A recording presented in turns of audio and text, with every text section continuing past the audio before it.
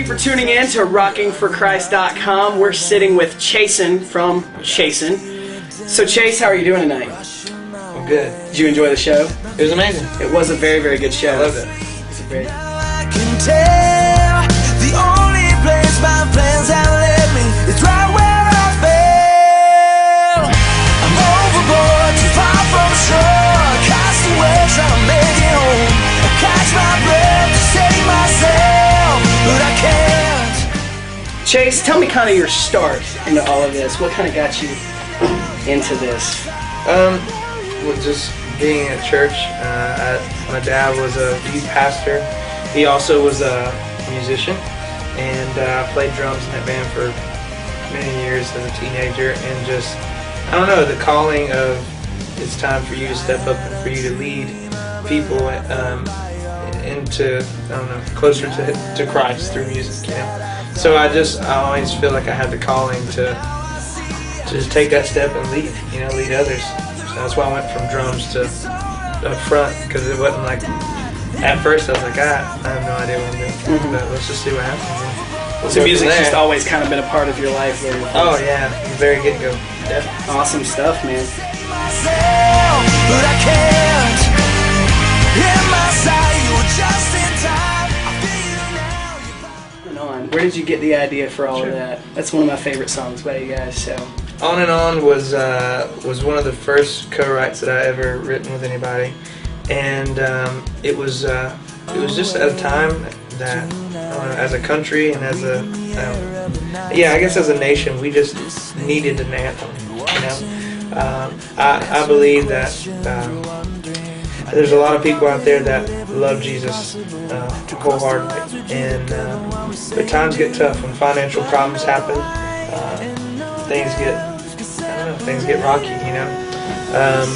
So I wanted to give them hope, and I wanted to include myself in that. I wanted to give us hope somehow and write a song. So we came up, me and our producer Rob Hawkins came up with the On and On kind of theme, you know. And it just talks about love, you know, God's love and His mercy. It doesn't stop when everything else falls apart, you know. It doesn't stop when, you know, tragedy happens. Scriptures say that His love and His mercy goes on and on forever.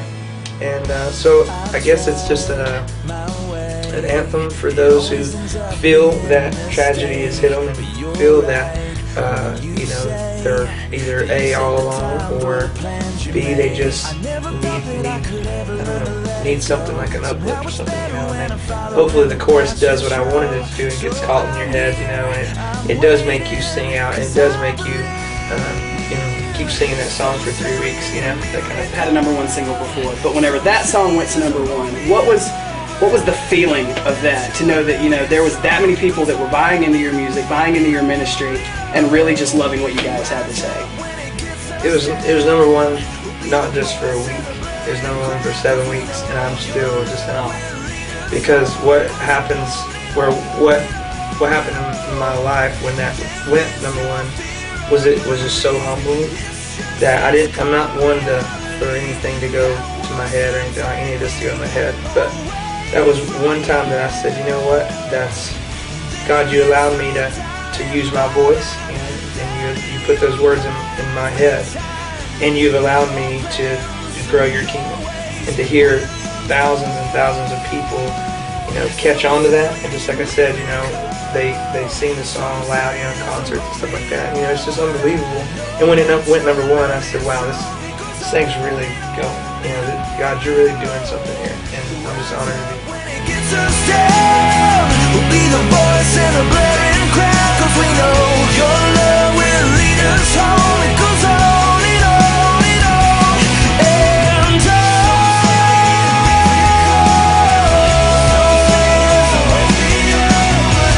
Your love is strong enough.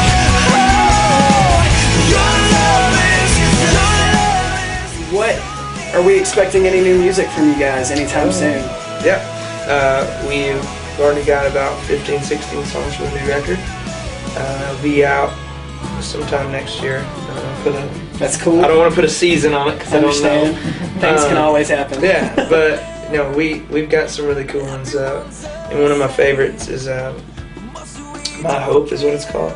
And my only hope is going back and forth. I don't know, but it's a new and it's a lot like On and On. It's very anthem driven, and a lot of people that have listened to it are stoked. You know, so awesome. Who knows? I don't know when it'll be. I know it's going to be next year, but we should be going to the studio probably around 3 or 4 months. I'm stoked just to hear about it. To tell you, how long were you guys together before you got noticed? Or you doing music before you got noticed?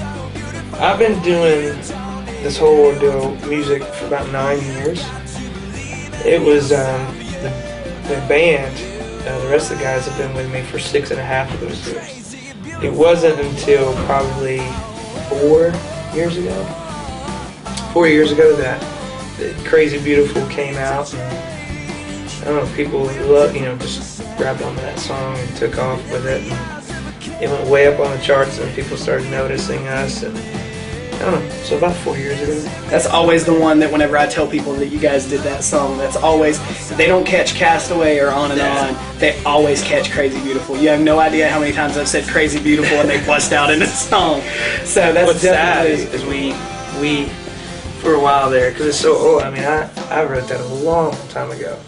And so we're like, I don't think it's doing anything anymore. It's not on the radio, only just on recurrent stuff. Let's just not throw it to the wayside, but let's stop playing it for a while. Man, I got just put down every show, like by fans, and coming up to, we came here to see you, and we're on tour with Jeremy Camp and Cutlass and all this, and we're like, what? And so a lot of times I play acoustic at the merch table just because people wanted to hear it, and that's why they paid $20 to come see us play Crazy Beautiful, and we did. So now it's back into the set list, and we play it. So. I have to say it's definitely found its home. I like it with that stuff. You guys definitely, I love your sound for sure.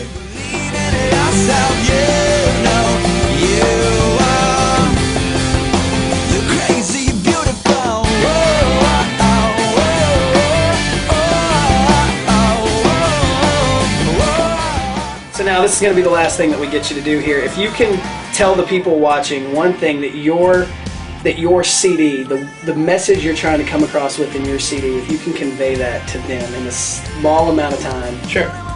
Go ahead and give that a shot. The CD is called That Was Then, This Is Now. And the whole point of that CD is just that whether you're a believer or whether you're not and you want to become a believer, there's going to be times where, we do fall.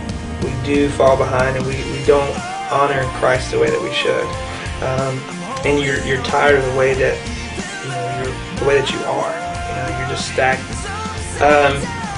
We want to take this record and give people hope, give them encouragement, almost like a little small pep rally in your car or wherever you listen to it, so that they say, you know what, I'm ready to make a change, so I can go from to that was then to this is now, and I'm ready to give 100% to Christ now. So it's all around just good. I'm biased, but it's good music, but the message is it's clear. It is what it is. There's hopeful songs. There's songs that talk about second chances, like Castaway. Demonstrate just worship songs in there too. Totally. Thanks for tuning in to Rocking for Christ. Make sure you check out Chasen's video for Castaway. You can probably find that online. Is it on iTunes? It's on YouTube. It's on YouTube. Check it out on YouTube. And make sure you stay tuned for more artist interviews. Chase, I want to thank you for being with us today. You're welcome, man. Thanks so much. I'm TJ, and we'll see you next time.